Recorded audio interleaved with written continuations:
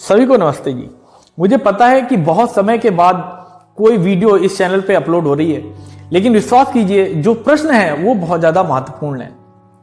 मैं आज सुबह फेसबुक चला रहा था तो मेरे ही एक मित्र हैं, उन्होंने एक पोस्ट की थी जिसकी जो लाइन थी वो बहुत ज़्यादा प्यारी थी। तो मुझे वो लाइन पसंद आई, मैंने उनसे अनुमति ली और उसको व्हाट्सएप पे शेयर कर दिया। अब पहले तो ये समझ लेते हैं कि वो लाइन क्या थी। मनुष्यों के अंदर अच्छे संस्कारों की ऐसी प्राण प्रतिष्ठा हो जाए कि सब कुसंस्कार जलकर स्वाहा हो जाएं और सभी धर्म व सत्य के मार्ग पर आरूढ़ होकर राम राज्य स्थापित करने की ओर अग्रसर हो जाएं। ये पंक्तियां, ये लाइन मुझे बहुत ज्यादा पसंद आई और मैंने इसको शेयर कर दिया।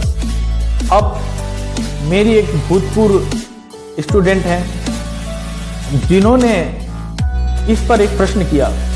प्रश्न ये था कि राम राज्य ही क्यों स्थापित करना है।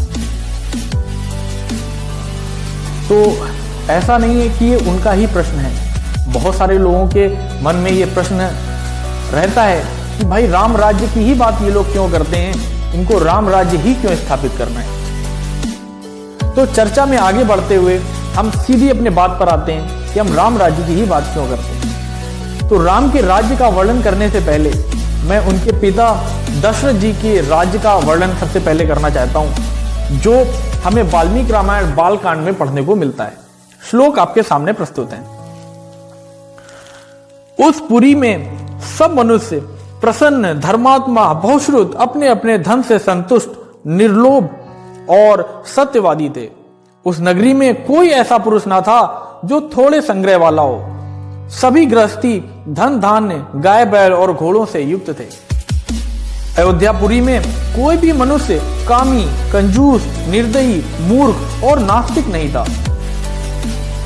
अयोध्यावासी सभी स्त्री और पुरुष धर्मात्मा एवं जितेंद्रिय थे।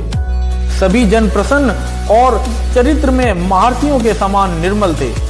अयोध्या में कोई भी ऐसा व्यक्ति नहीं था जो कानों में कुंडल, सिर पर मुकुट और गले में माला धारण ना करता हो।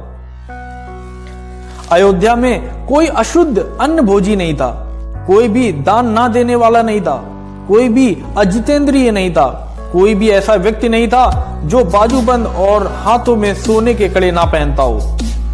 कोई भी मनुष्य ऐसा नहीं था जो यज्ञ ना करता हो, नीच स्वभाव का हो, चोर हो या वर्णशंकर हो। तो ये तो हमने बात की भगवान राम जी के पिता दशरथ जी के राज्य की। अब सोचो कि भगवान राम का राज्य कैसा होगा। तो इसी में आगे बढ़ते हैं और वाल्मीकि रामायण के अंतिम कांड युद्ध कांड से हम समझते हैं भगवान राम का राज्य कैसा था। आइए जानते हैं। राम के राज्य में ना तो विधवाओं का करुण क्रंदन था अथवा न सर्प जैसी प्रवृत्ति वाले शठों और हिंसकों का भय था। राज्य भर में चोरों, डाकुओं और लुटेरों का कहीं नाम तक नहीं था। दूसरे के धन को लेने की बात तो दूर, कोई छूता तक नहीं था।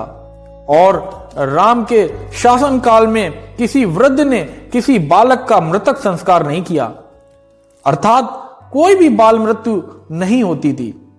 राम राज्य में सब अपने अपने वर्णानुसार कर्मों को करने वाले होते थे, अतः सब लोग सदा प्रसन्न रहते थे। राम दुखी होंगे इस विचार से प्रजाजन परस्पर एक दूसरे को दुख नहीं देते थे। राम राज्य में मनुष्यों की आयु दीर्घ होती थी। वह सभी अयोध्यावासी रोग और शोक से रहित होते थे। राम राज्य में ब्राह्मण, क्षत्रिय, वैश्य और शूद्र कोई भी लोभी एवं लालची ना था। सब लोग अपना अपना काम करते हुए अपने कार्यों से संतुष्ट रहा करते थे। श्री राम के राज्य में सारी प्रजा सत्यपरायण थी, झूठ से सदा दूर रहती थी। सब लोग शुभ लक्षणों से युक्त थे और सब लोग धर्मपरायण होते थे।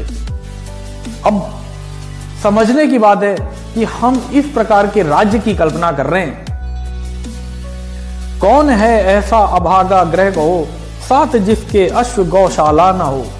धान्य धन परिपूर्ण सबके धाम हैं, रंगशाला से सजे अभिराम हैं। स्वस्थ शिक्षित शिष्ट उद्योगी सभी, बाह्य भोगी आंतरिक योगी सभी। जब भी हम बोलते हैं कि हमें राम राज्य स्थापित करना है, तो समझ लीजिए हम ऐसे राज्य के बारे में बात कर रहे हैं जहां कोई चोर ना हो, कोई निर्धन ना हो, कोई कंजूस ना हो, कोई अभक्ष पदार्थों का सेवन करने वाला ना हो, कोई मूर्ख ना हो, कोई व्यभिचारी ना हो, सभी शिक्षित हों, सभी मनुष्य वेदों की आज्ञा का पालन करने वाले हों, सभी अग्निहोत्र करने वाले हों, सभी दानी हों, सभी दूसरों के दुख में दुखी व सुख में सुखी रहने वाले हों, सभी एक दूसरे की सहायता करने वाले हों। ऐसी उत्तम राज्य की कल्पना और ऐसी उत्तम राज्य की स्थापना की बात हम तब करते हैं जब हम बोलते हैं कि हमें राम राज्य स्थापित करना है।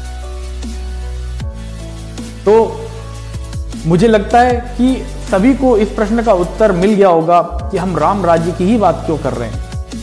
अब सोचो, क्या इससे भी उत्तम कोई राज्य हो सकता है जहां सभी सुखी हों, सभी एक दूसरे से प्रेम करते हों, सभी धन धान्य से परिपूर्ण हों? तो मुझे लगता है कि आपको उत्तर मिल गया होगा कि हम राम राज्य की ही बात क्यों कर रहे हैं। अगर आपको ये वीडियो पसंद आई हो, आपको ये जानकारी अच्छी लगी हो, तो चैनल को सब्सक्राइब कर लीजिए, वीडियो को लाइक कर दीजिए और ज्यादा से ज्यादा लोगों तक शेयर कीजिए। तो मिलते हैं आपसे नेक्स्ट टॉपिक के साथ में, तब तक के लिए नमस्ते, जय श्री राम।